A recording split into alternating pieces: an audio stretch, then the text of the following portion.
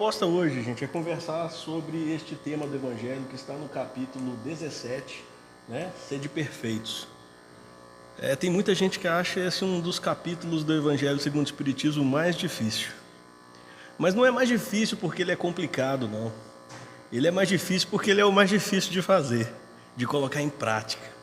É aquele que mais puxa a nossa orelha. É aquele que vai mais exigir de cada um de nós os esforços necessários diariamente. Então é um tema muito importante da gente abordar de forma recorrente até mesmo aqui, para a gente poder, tá relembrando aquilo que não é que a gente não sabe, mas é que de repente a gente esquece, a gente é tão esquecido. E o tema, Sede perfeitos, ele aborda vários outros assuntos, E a gente vai tentar então fazer rapidamente, uma passagem por esse capítulo do Evangelho segundo o Espiritismo, que é tão importante para nós espíritas. Bom, dentro desse capítulo a gente vai abordar alguns temas como caracteres da perfeição, o temido homem de bem, tão difícil de colocar em prática, mas a gente vai ter algumas dicas aqui, e os bons espíritas. Para a gente começar, vamos pegar a parte, o trecho do Evangelho que aborda o tema, Esse tema, ele tem a seguinte fala: ouvistes o que foi dito, amarás o teu próximo e odiarás o teu inimigo. Eu, porém, vos digo, amai os vossos inimigos e orai pelos que vos perseguem, para que vos torneis filhos do vosso Pai que estás no céu. Porque ele faz nascer o seu sol sobre os maus e bons, e faz chover sobre justos e injustos. Pois se amardes somente ao que vos amam, que recompensa tereis? Não fazem os publicanos também o mesmo? E se saudardes somente os vossos irmãos, que fazeis demais? Não fazem os gentios também o mesmo? Sede vós, pois, perfeitos, como é perfeito o vosso Pai Celestial. Então, toda a conversa de hoje vai girar em torno desse tema, dessa proposta de Jesus, E aí a gente quer descartar algumas coisas, A passagem está em Mateus, capítulo 5, versículo 43 a 48. A gente vai começar destacando essa passagem aqui, Amai aos vossos inimigos e orai pelos que vos perseguem, para que vos torneis filhos do vosso Pai que estás no céu. Bom, quando a gente lê essa passagem, esse trechinho que a gente destacou, a primeira dúvida que aparece na nossa cabeça é: para que tornemos filhos de Deus? Como assim? Nós não somos filhos de Deus? Aí todo mundo fica assim, O que será que Jesus quis dizer com isso? Para que a gente se torne filho de Deus? Mas eu não sou filho de Deus? Que história é essa? E aí, depois da surpresa, veio aquela sensação do cachorro que caiu da mudança, abandonado. Eu não sou filho de Deus. Qualquer pensamento nesse sentido. Mas calma, não é por aí não, tá? A gente vai tentar entender essa passagem, porque o problema é só de interpretação, tá? Olha o alívio que deu para todo mundo, Então tá, para que vos torneis filhos do vosso Pai, É isso que está escrito lá. A questão não é para que o Pai nos torne seus filhos, tá? É para que nós nos tornemos os seus filhos. E aí? Ainda está difícil? Está complicado? Vai ficar muito fácil de entender agora, porque Jesus mesmo que explica para a gente essa questão. Vamos lembrar da parábola do filho pródigo? Todo mundo conhece essa parábola, não é? Aquele filho mais novo, que resolve pedir a herança do pai, o pai vai lá, dá para ele vai para outros lugares, torra a herança dele toda, e acaba ficando em maus lençóis depois de ter torrado tudo, E aí, depois que ele está lá, sofrendo pra caramba, comendo com os porcos, passando necessidade, ele lembra da casa do pai. Fala, não, lá na casa do meu pai, eu não ia estar passando por isso, E aí ele vem até ensaiando uma desculpa, para o pai. Fala, não, eu já sei o que eu vou fazer, eu vou voltar lá para a casa do meu pai e vou falar com ele isso aqui, Pai, pequei contra o céu e diante de ti. Já não sou digno de ser chamado teu filho. Trata-me como um dos seus servos. Porque igual ele estava pensando lá enquanto comia com os porcos, né? Poxa, até os servos dos meus pais são melhores tratados do que eu estou sendo tratado aqui. Então vou voltar para a casa dos meus pais. Mas eu não me sinto digno de ser chamado seu filho. Então está entendendo a coisa aí? Não é para que Deus nos torne seus filhos. Nós somos filhos de Deus. Para Deus, nós somos filhos dele. Nada do que a gente faz vai mudar isso. O problema é a gente. É a gente se sentir filho de Deus. Porque muitas vezes nós não nos sentimos dignos de ser chamados filhos de Deus. Entende? Nós somos ainda o filho pródigo, aquele que depois de muito errar, quer voltar para a casa do pai. Mas como servo, não como filho. Vamos tentar entender um pouco mais essa questão, servo, filho, essa sensação que a gente tem de não se sentir filho de Deus e sim servo. A gente lembra de uma advertência de Jesus, que fala o seguinte, lá em Mateus 7:21, nem todos aqueles que dizem Senhor, Senhor, entrarão no reino dos céus. Ou seja, não basta, né, ter esse sentimento em relação ao Pai, como se nossa relação fosse de servo-senhor. Tanto é que Jesus fala, não adianta você ficar Senhor, Senhor. Não. A gente precisa se esforçar para se sentir filho e não servo. Porque tem uma grande diferença. Vamos ver qual que é a diferença entre servo e filho? Ok, vamos. Servo. O servo, ele nem sempre ama o Senhor, muitas vezes apenas o teme. Tem medo dele. Ok? Ele trabalha em troca de um salário. Nem sempre com zelo e dedicação e fidelidade. Não é mesmo? Todo mundo aqui que trabalha, que tem um chefe, né? Nem sempre, né? A gente ama o chefe, a gente só teme ele, né? Teme ser mandado embora e tudo mais. Quantos de nós na relação com Deus não teme Deus? Ah, não, deixa eu cumprir as coisas aqui direitinho, porque senão Deus vai me punir. Né? Então eu tenho medo de Deus, então deixa eu servir Deus direitinho, para que Ele não me puna. É uma relação de servidão com temor. O pior ainda é quando a gente vem trabalhar em troca de um salário, porque a gente faz isso, né? A gente trabalha, tem lá o nosso chefe, e a gente às vezes atura lá o chefe, não ama ele, não tem um relacionamento bom, mas está lá porque precisa do quê? Do salário. E aí nem sempre a gente faz as coisas com zelo, com dedicação, com fidelidade, né? Esse é o servo.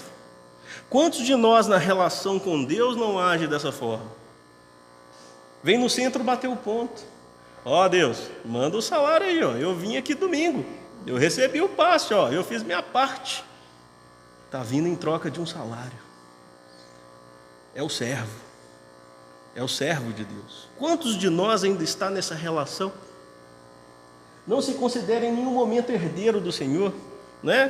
Qual de nós aí acha que o chefe vai deixar algo para a gente, né? Que somos herdeiros dele? Não. Então essa relação de servidão é o que acontece comumente conosco, temendo Deus, trocando com Deus, né? Tentando cumprir alguma coisa para que nós possamos do outro lado receber algo. E a gente, em momento algum, se considera herdeiro dele. Que tudo que é dele é nosso. Né? É uma postura bem diferente. É bem diferente do filho. O filho, ele ama, ele é fiel, ele confia no pai. A todo momento. Ele trabalha para o pai com dedicação e carinho, por amor e respeito. E não em troca do salário. Ele sabe que o que ele faz para o pai, ele faz para si mesmo. Porque ele é herdeiro do pai. Tudo que é do Pai é dele. Não tem uma diferença enorme em você se sentir servo de Deus e filho de Deus? Enorme, né? Só que a gente ainda está preso, igual o filho pródigo, nos sentindo servos de Deus. E para Deus, isso não muda não. Para Deus a gente continua filho. Porque naquela parábola do filho pródigo, o Senhor ali não representa Deus? E como que ele recebe esse filho? Que por mais que esse filho chegue lá, pai, eu pequei contra o céu e contra ti, me trata como um de seus servos. O que o pai faz? Não, traz aqui a melhor roupa, o anel, você é meu filho, vamos dar uma festa. Então para Deus não muda a nossa condição de filho. Agora o que muda é nós nos sentirmos servos ou sentirmos-nos filhos de Deus. E isso faz toda a diferença. Porque Jesus nessa passagem fala o seguinte: para que vos torneis filhos de Deus. Para que nós nos tornemos filhos de Deus. E ele dá uma condição. Que condição é essa para que nós nos tornemos filhos de Deus? Lá na própria passagem fala. Né? Qual que é? Amai os vossos inimigos e orai pelos que vos perseguem, para que vos torneis filhos de vosso Pai que estás nos céus. Aí muitos pegam essa condição para se tornar filho de Deus e falam assim: mas eu tenho que amar meu inimigo? Que história é essa? Para que eu me torne filho de Deus, eu preciso amar o meu inimigo? Mas como assim? Como amar o nosso inimigo? Como desatar esse nó aí? Bom, Jesus, ele não pretendia dizer por essas palavras que se deve ter pelo inimigo a mesma ternura que se tem por um irmão ou um amigo. Ninguém está falando aqui para você ficar de beijinho, de segredinho, né, com o seu inimigo, não. Por quê? Porque isso requer confiança. E não dá para você ter confiança com aquele que não te quer bem. Não dá para você ter uma relação de intimidade com aquele que não te quer bem. Poxa, então que história é essa? Se para amar o inimigo, dessa forma que a gente está imaginando, é preciso ter confiança, então não estou entendendo. Como é que é amar o inimigo? É levar ele lá para dentro de casa? É sair de mão dada com ele na rua? Não, não é nada disso. Ok? Porque tudo isso requer confiança, coisa que a gente não pode ter em relação àqueles que não esperam algo bom para nós outros, não alimentam algo bom para nós outros. Mas então o que é amar o inimigo? Bom, o Evangelho, segundo o Espiritismo, responde. Lá nós temos a indicação do que é amar os inimigos, ok? Vamos ver se a gente consegue amar os inimigos? Bom, primeiro, é não ter ódio, nem rancor, nem desejo de vingança. Dá para fazer isso? É um pouquinho complicado, difícil, mas dá se a gente se esforçar, né? Então, para você amar o seu inimigo, basta você não ter ódio dele. Ele tenha ódio de você, mas você não tenha ódio dele. Ame o seu inimigo. Não tenha rancor, nem desejo de vingança. É o primeiro passo para amar o inimigo. Mas será que é só isso, amar o inimigo? A quem dera, né? Desse jeito já está difícil, imagina se parasse por aí. Não, tem mais um passo. Perdoar sem segunda intenção e incondicionalmente. Está começando a ficar difícil amar o inimigo, né? A gente vai ter que perdoá-lo incondicionalmente. Não é aquela coisa assim, se ele vir pedir perdão, eu perdoo. Não, perdoe incondicionalmente. E sem segunda intenção. Sem aquela coisa de assim, eu vou perdoar porque todo mundo vai achar que eu sou bonzinho. Não, já não valeu o perdão. Então é o perdão sem intenção e incondicional. Está difícil amar o inimigo, né? Mas não para por aí não. Para amar o inimigo precisa mais. Você precisa se alegrar com o bem que o atinge. Pô, aí é demais. O cara é meu inimigo, ganhou na loteria, eu ainda tenho que ficar feliz? Tem que ficar feliz. Isso é amar o inimigo.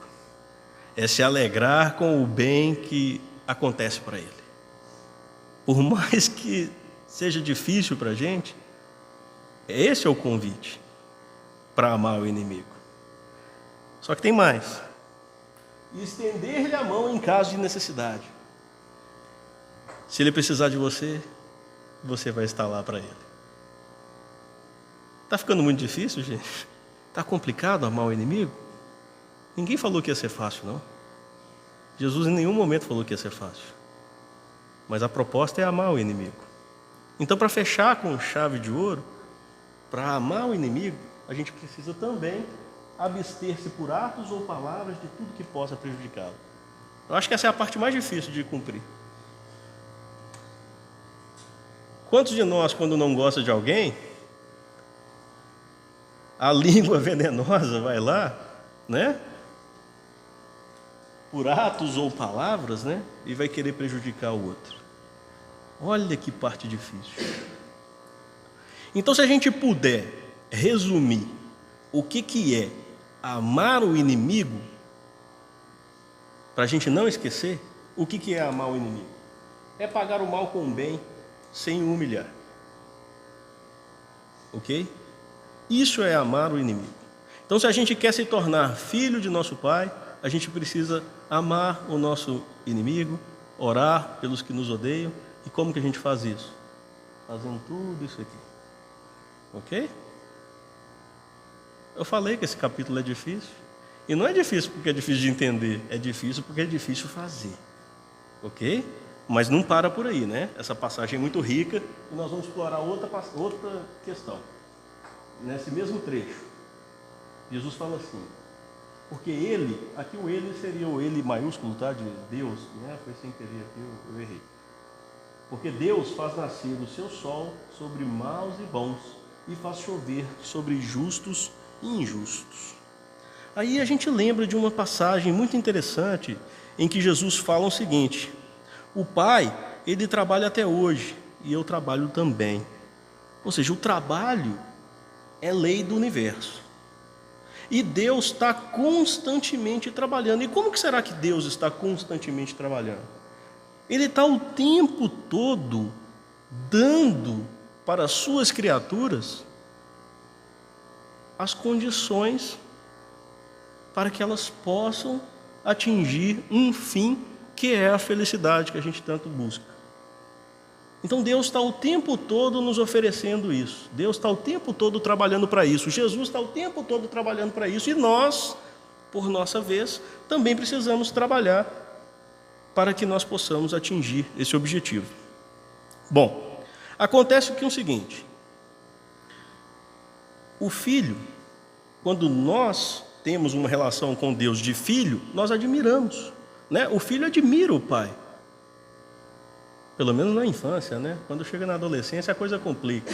Mas eu estou falando daquela admiração que o filho tem pelo pai. O pai é o herói. O pai é o exemplo, né? O filho segue o exemplo do pai.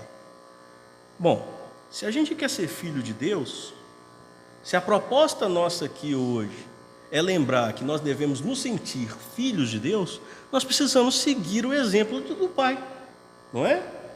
E o que o pai faz? Bom, a gente vê que o pai provê todas as criaturas o tempo todo. E ele não só provê todas as criaturas o tempo todo, como ele provê com o melhor. E o melhor para cada um. Ok? Deus dá para cada criatura o melhor para aquela criatura. Quando? O tempo todo. Ok? E olha que coisa interessante. Deus, ele faz isso, mas não aparece. Ele não exige reconhecimento de nenhum de nós. Ele não exige sequer agradecimento de nossa parte. Quantos sequer acreditam nele, né? Negam a existência dele, e mesmo assim, todos os dias Deus os serve. Deus faz com que o sol nasça todos os dias sobre bons e maus, sobre justos e injustos. Deus não está preocupado com isso. Então Deus é o próprio exemplo de caridade, porque provê tudo, a todos, o tempo todo e o melhor. E Ele é o próprio exemplo de humildade, porque Ele não aparece, Ele não exige reconhecimento, Ele não quer sequer o nosso agradecimento, Ele não está preocupado com isso. Então Deus é o próprio exemplo da caridade e humildade que nós devemos seguir, porque Ele é o nosso Pai. Se Ele é o nosso Pai e nós somos filhos, Ele é nosso exemplo, Ele é nosso modelo. Nós devemos seguir esse modelo. Faz sentido? Bom, a passagem continua e eu vou destacar um outro trecho. Pois se amardes somente aos que vos amam, que recompensas tereis? Não fazem os publicanos também o mesmo? E se saudardes somente os vossos irmãos, que fazeis demais. Então a ideia central aqui é,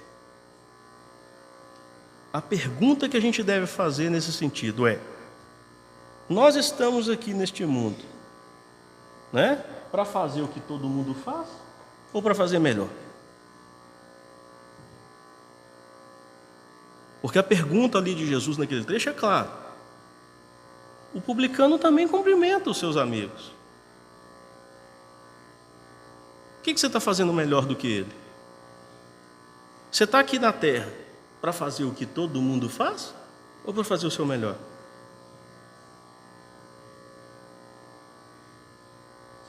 Difícil, né? Ainda mais nos dias de hoje, em que todos nós somos influenciados por essa enxurrada de maus exemplos, vamos dizer assim, que nos bombardeia o tempo todo. A gente deve seguir a moda? A gente deve seguir o que todos estão fazendo? É porque todos estão fazendo, eu também tenho que fazer? A gente precisa parar para pensar nisso. Porque muitos de nós seguem o fluxo, sem pensar nas consequências de nossos atos. Somos responsáveis por eles. E aí a gente se pega a todo momento com aquela enxurrada de pessoas cometendo coisas que são questionáveis. E a gente vai junto. Se a gente não concorda com o mau exemplo, por que a gente não segue o bom exemplo? A gente fica numa situação muito complicada na vida. Porque o que não falta para a gente é bom exemplo. Mas a gente fica andando na vida assim, ó, em círculo. Por quê? A gente quer que as coisas na vida da gente mudem. A gente fica pedindo para que as coisas da vida da gente mudem. Mas a gente muda as nossas atitudes? A gente tem mudado as nossas escolhas? A gente tem mudado os nossos pensamentos? A gente tem mudado aquilo que a gente sente em relação aos outros? Se eu não mudar a direção dos meus pés, eu vou continuar andando em círculo. Que história é essa de eu querer coisas diferentes na minha vida se eu continuo fazendo as mesmas coisas? Será que nos falta bom exemplo para ser seguido? Mau exemplo não falta. Mas e bom, será que falta? Não falta não. O que falta então? Talvez perceber isso, em primeiro lugar. E depois, vontade de fazer diferente. Porque no dia que eu quiser uma caminhada diferente, eu mudo a direção dos meus pés. Então, queremos mudanças nas nossas vidas, mas continuamos a fazer as mesmas coisas. E isso lembra que Jesus nos ensinou uma outra coisa muito importante: oferecer a outra face. E aqui muitos de nós entendem essa situação um pouco assim, literalmente, né? Acha que se o outro vir esmurrar a sua cara, você tem que, bate aqui na outra também. Bom que eu não vou precisar nem de maquiagem, vai ficar vermelhinho dos dois lados. Não é isso. Não é essa a ideia. A gente entende tudo muito de forma literal as coisas. E a gente está desperdiçando o ensinamento. Lembra uma vez que a gente estava lá, né, Gerval, lá no Marieta Healthcare. Pode contar essa história? Tinha um senhor lá, ele era ex-jogador de basquete, o cara é enorme. O cara sentado na cadeira de roda devia ser do meu tamanho, em pé. Aí eu olhei para a mão daquele sujeito, falei, uma mão desse tamanho, né? Aí eu cutuquei o Gerval e falei assim, olha, esse aí, se bater na sua face, você nem precisa dar outra, já pega nas duas direto. Olha o mãozão desse cara. Então olha como é que a gente entende as parábolas de Jesus. Olha só, a gente entende a coisa ao pé da letra, e não tem nada a ver com isso. A gente está falando aqui de mudança de comportamento, de mudança de direção de nossos pés. Então, quando a gente fala de dê a outra face, faça diferente. Sinta diferente, pense diferente, né? Faça diferente. Dê a outra face para as situações. Será que não foi isso que Jesus estava nos convidando a fazer? A passagem é rica, vamos continuar nela. Outro texto para a gente destacar. Sede vós, pois, perfeitos, como é perfeito o vosso Pai Celestial. Poxa, mas agora pegou pesado, né? Ser perfeito como Deus? Nós ali, patinho feio, olhando ali para Deus, aquele cisne maravilhoso. Como ser perfeito como Deus? A questão aqui é a gente entender a ideia. É claro que Jesus não estava falando para que nós sejamos iguais a Deus, no sentido de nos igualar a Ele. Jesus estava falando aí a respeito do máximo da perfeição. O máximo da perfeição possível para cada um de nós. E o que é o máximo da perfeição? Bom, vamos falar primeiro o que não é o máximo da perfeição. O máximo da perfeição para nós não é tornar-se perfeito quanto Criador. Isso é impossível, porque Deus é a perfeição absoluta. Ninguém é igual a Ele. Nenhum de nós vai ser, nenhum dia. Então, sede perfeitos, como perfeito é o vosso Pai, não é nos tornarmos igual a Ele. Jesus estava nos dando um modelo para seguir, para que nós nos esforcemos para seguir esse modelo. Não para ser igual a Ele, mas para atingir o máximo da perfeição possível a cada um de nós, criaturas. Que é o quê? Amar os inimigos, fazer bem ao que nos odeiam, orar pelo que nos perseguem. Jesus estava falando isso lá desde o início.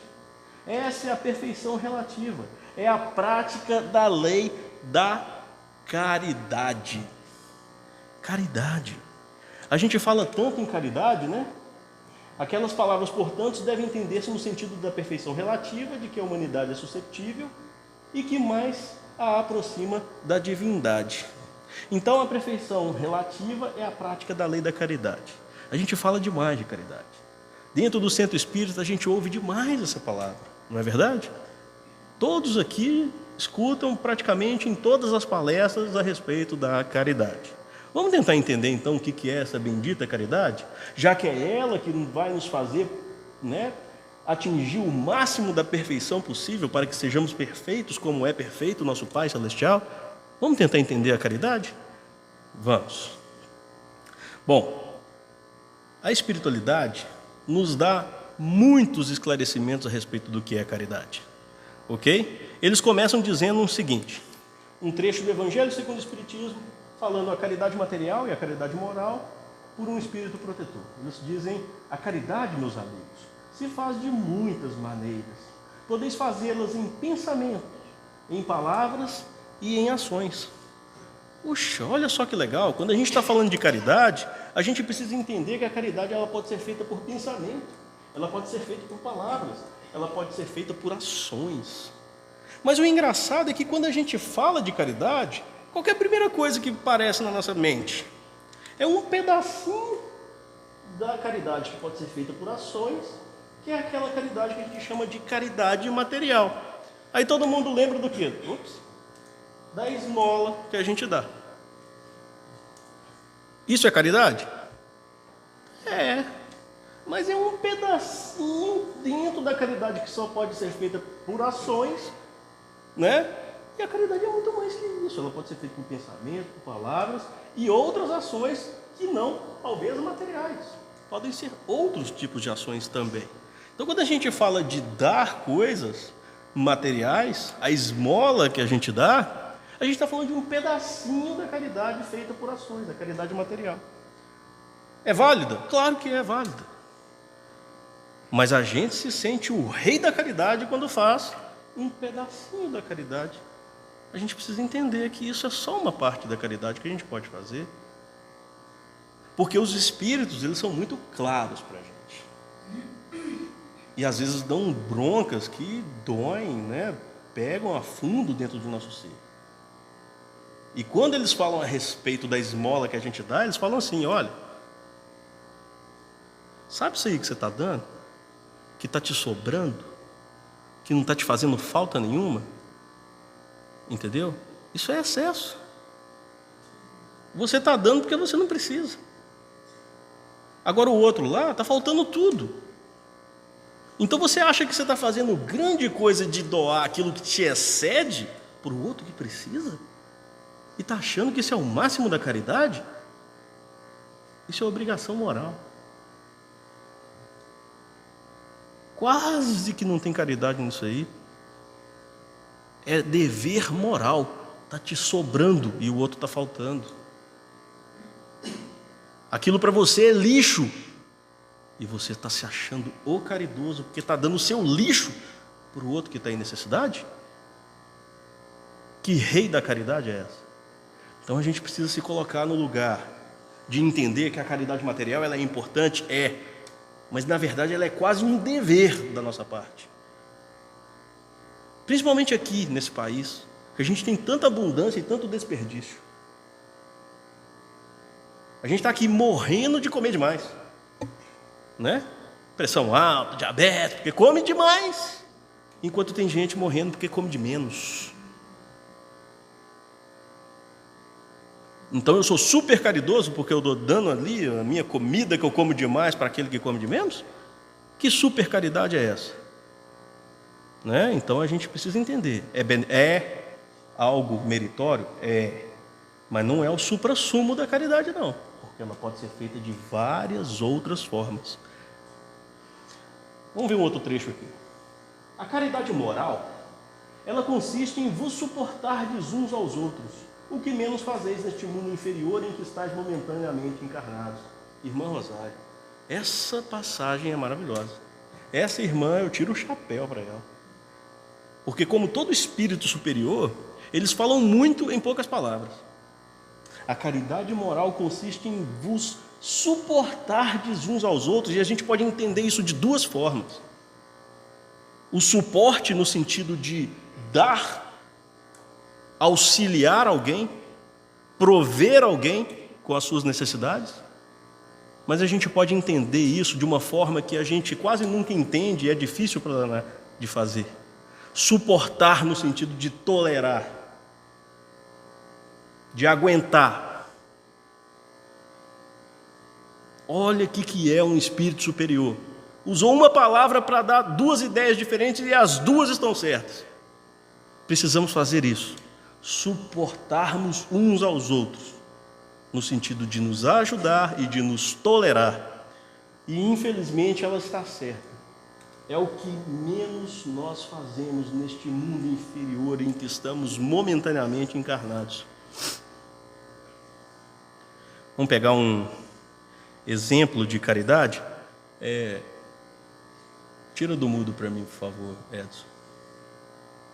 Eu acho que é agora, deixa eu ver aqui. Deu?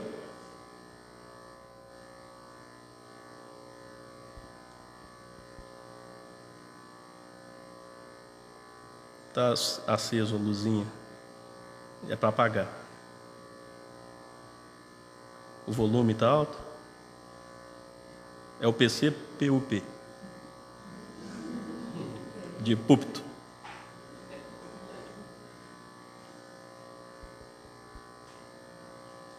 Obrigado, Jefferson.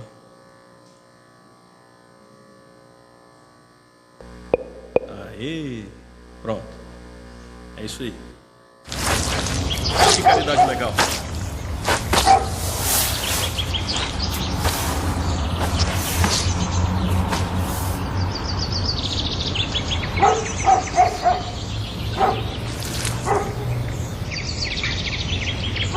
Hi. Patience. Pass it on. A message from the Foundation for a Better Life. Quem de nós está disposto a fazer esse tipo de caridade? Né? Suportarmos uns aos outros. Entender que aquilo é uma criança. Que aquele ser ali não atingiu a etapa de maturidade necessária para poder entender o que está fazendo. Né? Isso a gente pode aplicar para aquele cara que nos fecha lá no trânsito, lá na 285. Ele não atingiu o grau de maturidade. Ele já tirou a carteira, mas não atingiu o grau de maturidade. Deixa ele passar, vai com Deus. Ai, vai embora. Isso é caridade também, né?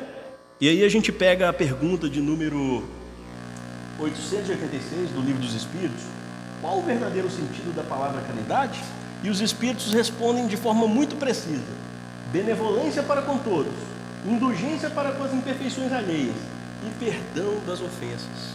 Então olha só que interessante, se a gente puder resumir a caridade segundo ela é entendida pela espiritualidade superior, ela é benevolência, indulgência e perdão. É o famoso BIP, ok?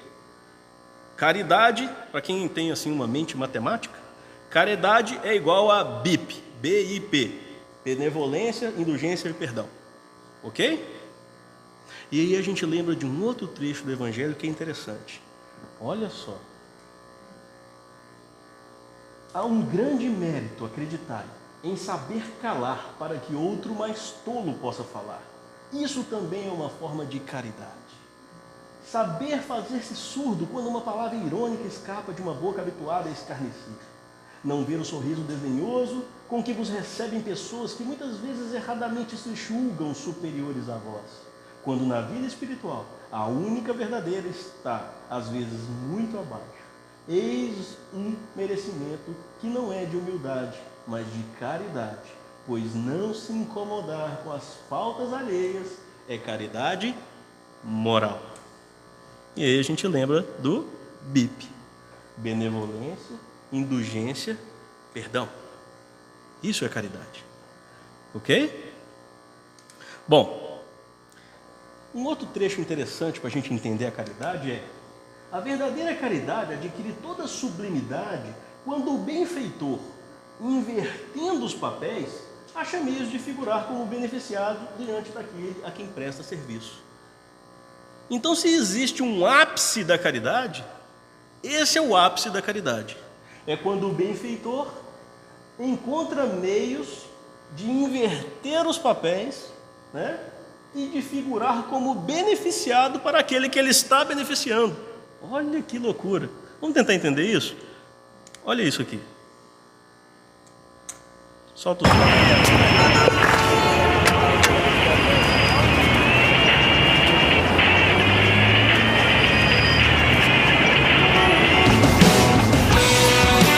May I walk you across the street? Sure. Why not? Thanks. You're welcome.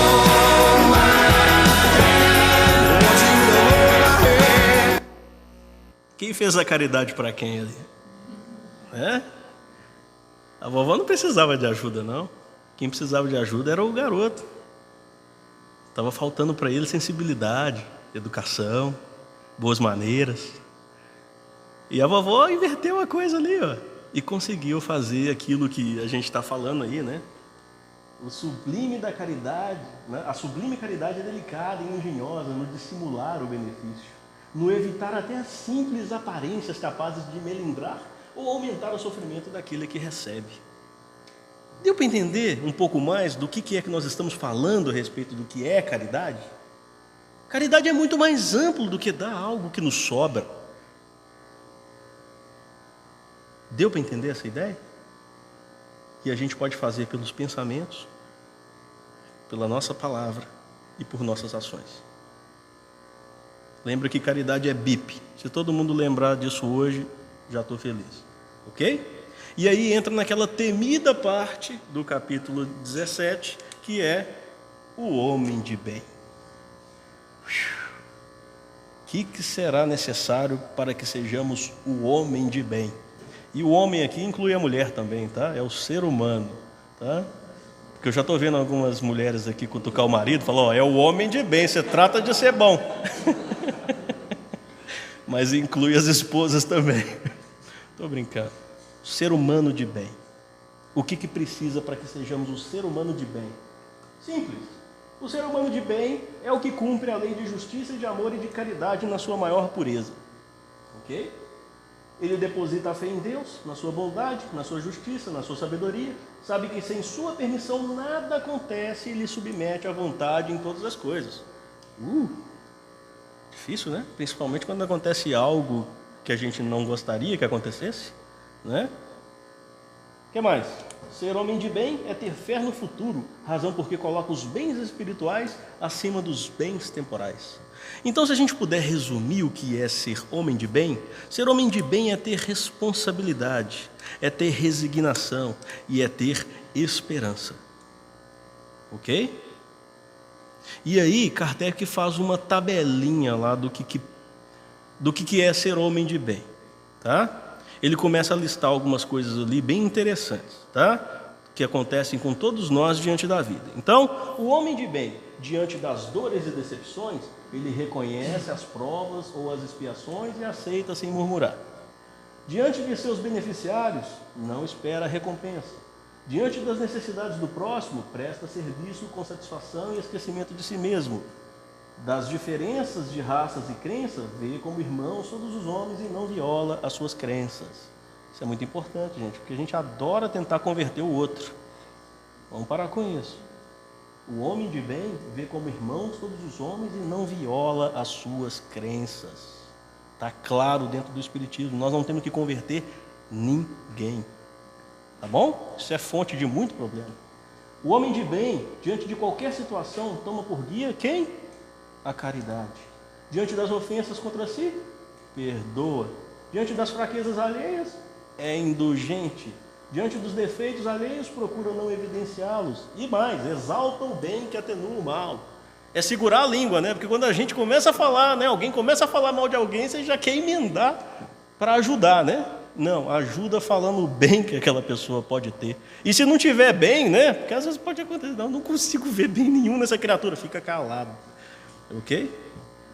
Das próprias imperfeições as estuda e combate. Dos seus subordinados trata-os com bondade e benevolência.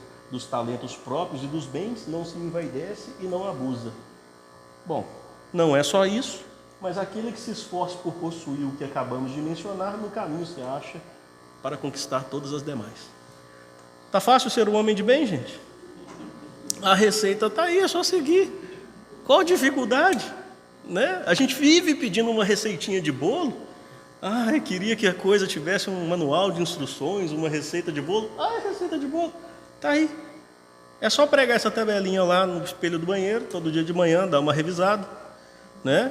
Que vai dar tudo certo, né? O problema é que a gente esquece, né? A gente esquece até de pregar lá no banheiro, porque imagina olhar para isso todo dia. Esse é o nosso problema. Mas no dia que a gente quiser se tornar seres humanos de bem, a receita já foi dada. E como a gente é incansável no nosso pedir e acha que essa receita ainda está muito complicada, a gente resolveu pedir mais. E Kardec se fez porta-voz para todos nós, falou, olha, mas eu entendo toda aí essa coisa de que a gente tem que se conhecer a si mesmo, né? E está trabalhando essas coisas, mas será que não tem um meio prático, eficiente, que a gente possa usar? Né? Tem. Aí Santo Agostinho deu a dica, né? É a receita do Santo Agostinho para se tornar um homem de bem, tá? O que tem que fazer? É o seguinte, todos os dias antes de dormir, a gente vai fazer algumas perguntinhas para nós mesmos, ok? Quais perguntinhas? Primeiro, o que fizestes e com qual objetivo agistes em tal circunstância? Sabe aquela coisa que está martelando na sua cabeça? Né? Pergunta lá, o que você fez? E com qual objetivo você agiu? O que mais? Você fez alguma coisa que você censuraria em outra pessoa? Ou seja, aquilo que você fez, se fosse outra pessoa fazendo, você ia achar legal? Essa daí é complicada, hein? Porque a gente arruma um monte de desculpa. Não, mas meu caso... Não tem meu caso. Se fosse outro fazendo, ia ser esquisito? Ia ser ruim? Pois é, você fazendo talvez não seja diferente. Tem que responder com sinceridade. Fizeste alguma coisa que não ousarias confessar? Tem alguma coisa que você não confessaria que você fez? Se provavelmente tem, é porque essa coisa não está legal. Porque se tivesse legal, você não teria vergonha de confessar, né? Eu não tenho vergonha de confessar que ontem eu jantei. Tem alguma coisa errada nisso? Tá certo que eu preciso perder um pesozinho e tal, mas não tem nada de errado nisso. Agora, se tem alguma coisa que não posso falar, tem alguma coisa errada. Né? O que mais? Se, por acaso, Deus me chamar neste momento, reentrando no mundo dos espíritos, onde nada é oculto, eu teria que alguma coisa a temer diante de alguém? Será que se eu encontrar com alguém do lado de lá, e lá nada, né, todo mundo é transparente, será que eu teria alguma coisa para ficar assim, ai meu Deus do céu, tomara que eu não encontre com essa pessoa? Será?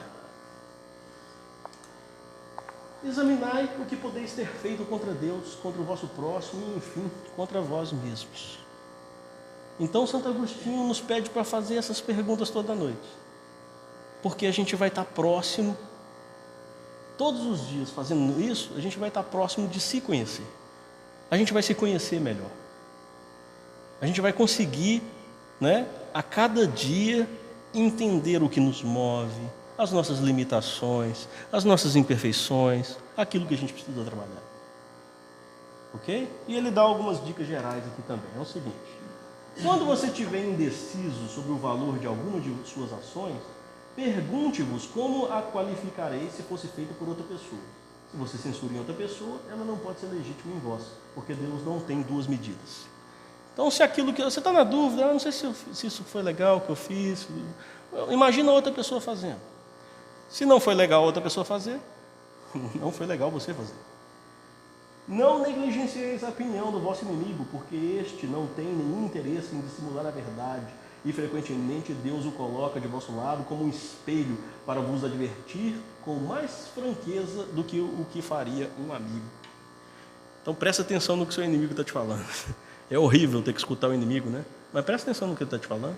Porque ele não tem interesse nenhum. Não é igual ao amigo, né? O amigo às vezes fica assim, olha, né? Não quer te magoar, não quer te falar, né? O inimigo não. O inimigo vai lá na sua ferida, mete o dedo. E se puder jogar sal e vinagre, ele joga, né? Então presta atenção no que ele fala, porque às vezes ele está indo direto no ponto, te mostrando exatamente o defeito que você tem, né? Aquele que tem vontade séria de se melhorar, que explore, pois, a sua consciência, a fim de arrancar dela as más tendências. Ok? Receita do Santo Agostinho, não tem erro, é só seguir, tá bom? E os bons espíritas? Kardec nos fala: o espiritismo não institui nenhuma nova moral, apenas facilita aos homens a inteligência e a prática da moral do Cristo, facultando fé inabalável e esclarecida aos que duvidam ou que vacilam. Nós falamos o tempo todo aqui do quê? Do que Jesus falou. E o espiritismo não veio trazer nenhuma novidade, não, gente. Veio trazer para a gente condições de entender melhor aquilo que Jesus falou. Nada além disso. E como se conhece o verdadeiro espírito? Fácil. Pela sua transformação e pelos esforços que emprega para domar as suas más inclinações. Então, que fique muito claro. O que é o verdadeiro espírito? É o santo? É o perfeito? É o que já atingiu o grau de pureza espiritual? Não. É aquele que trabalha pela sua transformação moral. É o que está ali, dia a dia, lutando contra as suas imperfeições, né? E pelos esforços que emprega. Esforço. É pelo esforço. Ok? Não tem ninguém perfeito aqui. E é por isso que a gente está na Terra. Aliás, pode até ter um ou outro aqui, né, espiritualmente falando, né, que está aqui para nos ajudar. Ok? Bom, e aí entra a importância da educação. A educação convenientemente entendida constitui a chave do progresso moral, né? E não é essa educação intelectual, mas a moral. E nem ainda educação moral pelos livros, mas a que consiste na arte de formar os caracteres. Aquele que cria hábitos, porque educação é conjunto de hábitos adquiridos. Então nós estamos falando de educação aqui no sentido mais profundo da palavra. Não no sentido de intelectualização, mas no sentido moral. Aí a educação moral, ela começa no lar. Talvez seja esse um dos grandes problemas da atualidade. Nós estamos transferindo para a escola o dever de educar moralmente as nossas crianças. E a escola, ela vai educar intelectualmente, não moralmente. O dever de educar moralmente é nosso. E aí a importância do exemplo, porque porque a razão convence. Porém, o exemplo arrasta, nas palavras, né, da espiritualidade. O problema é que a gente ainda não tem consciência disso. E é por isso que a gente vê cenas iguais a essa. Looks like rain again today. Dark clouds gather and fill the sky. Don't know how to talk to you, just know how to say goodbye. Have you actually got a driver's license? I don't think so. Go back where you came from. Learn to speak English. Go back where you came from.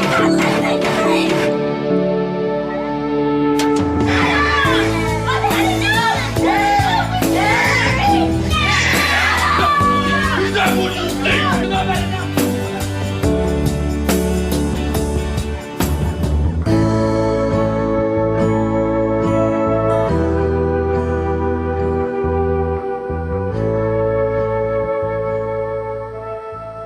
Então a gente tem falado de exemplos. A gente pode fazer a diferença. Não precisa ser pai e mãe, não. Nós estamos cercados de testemunhas, encarnadas e desencarnadas. E o nosso comportamento pode influenciar outras pessoas. Que o nosso comportamento seja do bom exemplo. O bom exemplo para que nós sejamos bons espíritas. Porque Kardec, ele vai falar para a gente uma coisa muito dura. E ele vai falar isso aqui, ó. Que importa crer na existência dos espíritos, se essa crença não faz que aquele que a tem se torne melhor, mais benigno e indulgente para com seus semelhantes, mais humilde e paciente nas adversidades? O que importa a gente saber o Livro dos Espíritos, da pergunta 1 a 1019, 1018, dependendo da edição? Do que adianta se nós não trazermos isso para dentro de nós e refletirmos isso no nosso comportamento, que nós sejamos o exemplo vivo de tudo aquilo que nós acreditamos, que nós possamos viver como espíritos imortais que somos, porque a gente tem vivido como um ser humano que vai acabar no túmulo.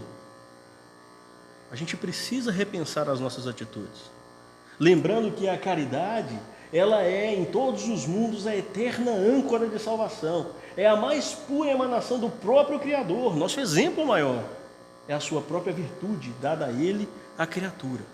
Então que a gente lembre que a caridade, essa caridade aí que a gente falou tanto hoje, ela é o centro daquilo que nós chamamos de reforma íntima, transformação interior, que a gente tanto fala dentro do Espiritismo. A caridade, ela é o centro para a nossa cura espiritual, para todas as mazelas de nosso espírito. Ela é a chave, ela é o centro para a transformação planetária que a gente tanto deseja, um mundo melhor que a gente tanto quer. Ela é a chave, ela é o centro para a felicidade que a gente tanto busca. Não é por isso à toa que os Espíritos nos falam: sede bons e caridosos, eis as chaves dos céus que tende em vossas mãos. Toda a felicidade eterna está encerrada nessa máxima: amai-vos uns aos outros. Então, essa é a proposta do Espiritismo. Por isso nós falamos tanto da caridade. Por isso que a gente fala tanto de reforma íntima, de transformação interior, homem de bem. O convite de Jesus está claro: sede perfeitos, como perfeito é o nosso Pai Celestial.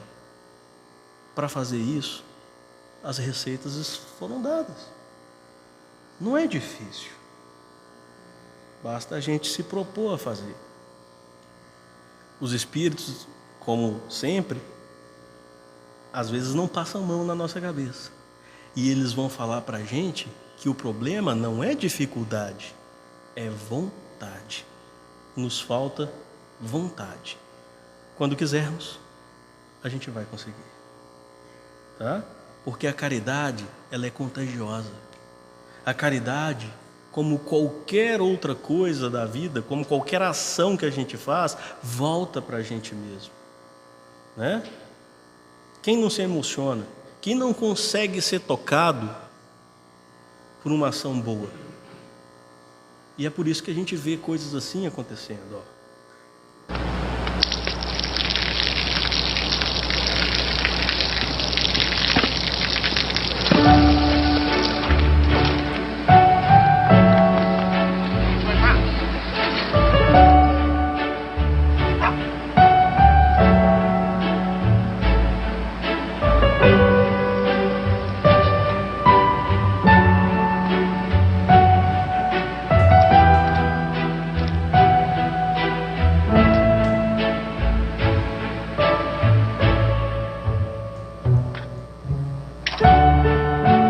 เขาจะได้อะไร ถ้าเขาทำแบบนี้ทุกวัน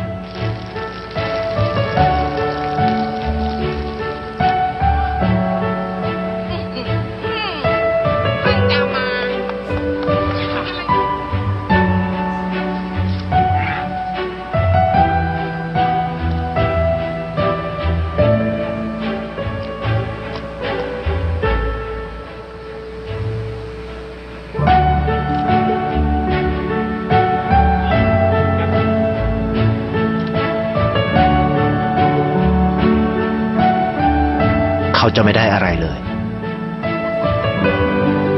ไม่ได้รวยขึ้น ไม่ได้ออกทีวี ไม่มีใครรู้จัก ไม่ได้มีชื่อเสียงที่มากขึ้น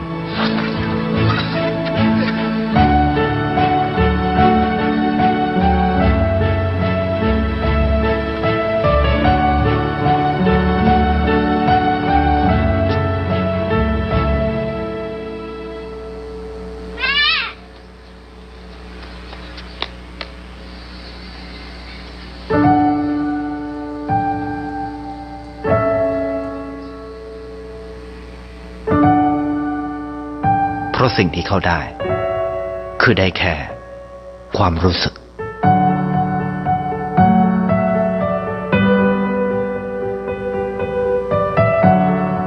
ได้เห็นความสุข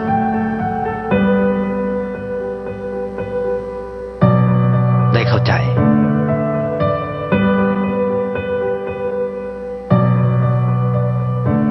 ได้ความรัก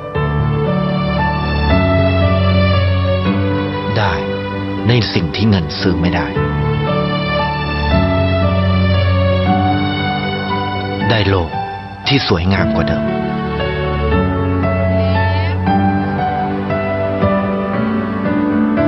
ในชีวิตคุณอะไรคือสิ่งที่คุณต้องการมากที่สุด Vai valer a pena, gente. Vamos tentar. Obrigado a todos. Vamos fazer a nossa prece.